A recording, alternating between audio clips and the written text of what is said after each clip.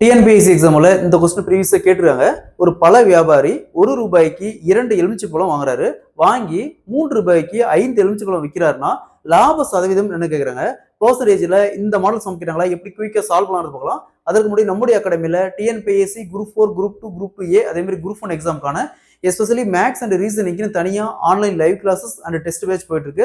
Classes பத்தி வேற ஏதாவது டீடைல் வேணும்னா மேல இருக்கிற நம்பருக்கு கான்டாக்ட் பண்ணுங்க. கொஸ்டின்ல ஒரு பழ வியாபாரி ₹1க்கு 2 எலுமிச்சை பழம் வாங்குறாரு.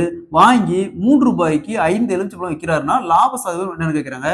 இந்த மாடல் சம் கேட்டாங்களா, இது அப்படியே கிராஸ் மல்டிப்ளை பண்ணுங்க. 1 × 5 5, நெக்ஸ்ட் 3 × 2 6. ஸோ நெக்ஸ்ட் 2க்கான டிஃபரன்ஸ் 5ல 6ல் 5 போச்சுன்னா 1 1 வகுத்தல் எப்பவுமே ஃபர்ஸ்ட் வேல்யூ வகுத்துல போடணும். ஃபர்ஸ்ட் வேல்யூ தான் வகுத்துல போடணும். 5 இன்ட்டு சதவீதம் கேட்குறாங்க, லாப சதவீதம் கேட்குறாங்க. இப்போ இன்ட்டு 100 போடணும். சரிங்களா? ஸோ 100 5ஆல கேன்சல் பண்ணா 20%. ஸோ அவருக்கு 20% லாபம். Option C is the correct answer. இதே மாதிரி இந்த சம் பாருங்க.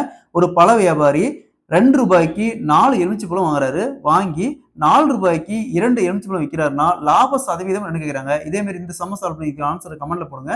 இந்த சம் ப்ரீவியஸா எஸ்எஸ்சி எக்ஸாம்ல கேட்டிருக்காங்க.